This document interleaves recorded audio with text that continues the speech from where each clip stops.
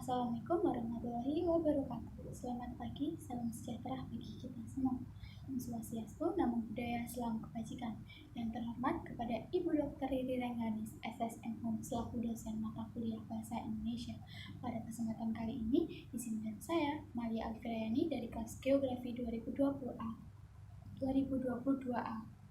dengan NIM 115. Di sini saya akan memaparkan narasi mengenai sejarah bahasa Indonesia yang menjadi keunggulan bangsa Indonesia dan prospek bahasa Indonesia di masa mendatang. Secara bahasa Indonesia tidak terlepas dari Sumpah Pemuda Bahasa Indonesia lahir pada tanggal 28 Oktober 1928. Saat itu, para pemuda dari berbagai pelosok Nusantara berkumpul dan berikrar. Yang pertama, bertumpah darah yang satu, tanah air Indonesia. Yang kedua, berbangsa yang satu, bangsa Indonesia. Dan yang ketiga, menunjang bahasa persatuan, yaitu bahasa Indonesia. Hal tersebut tidak dikenal dengan nama Sumpah Pemuda, dikenal dengan nama Sumpah Pemuda.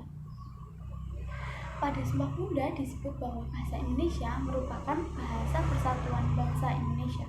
Dan pada saat itulah, tahun 1928, bahasa Indonesia diresmikan kedudukannya sebagai bahasa nasional sejarah. Bahasa Indonesia bermula dari bahasa Melayu. Bahasa Melayu sudah ada sejak zaman dahulu dan digunakan sebagai bahasa perhubungan atau pergaulan pada saat melakukan perdagangan. Tak hanya di Kepulauan Nusantara, melainkan juga hampir di seluruh Asia Tenggara. Para pedagang menggunakan bahasa Melayu. Bahasa Melayu menyebar luas ke penjuru Nusantara, terutama wilayah pesisir, antara lain pantai timur Sumatera, Kepulauan Batam, Kepulauan Riau, dan lain sebagainya.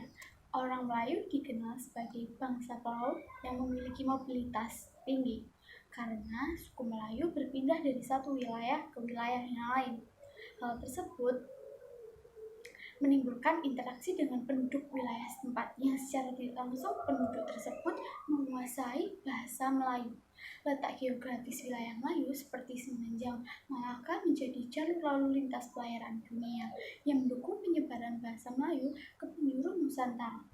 Selain itu, bahasa Melayu digunakan dalam perdagangan karena memiliki struktur gramatikal yang sederhana dan mirip dengan struktur gramatikal bahasa lain. Struktur dan bentuk yang sederhana itulah yang berhubungan antar pulau, antar suku, antar pedagang, antar bangsa, dan antar kerajaan. Karena bahasa Melayu tidak mengenal tingkat tutur bahasa Melayu, dipakai di mana-mana di wilayah Nusantara, serta makin berkembang dan bertambah untuk keberadaannya. Bahasa Indonesia terus mengalami perkembangan. Sampai saat ini, di era global legalis ini, bahasa Indonesia sudah hampir dilupakan. Kita sebagai warga negara harusnya mampu untuk mempertahankan dan mengembangkan bahasa negeri sendiri, yaitu bahasa Indonesia.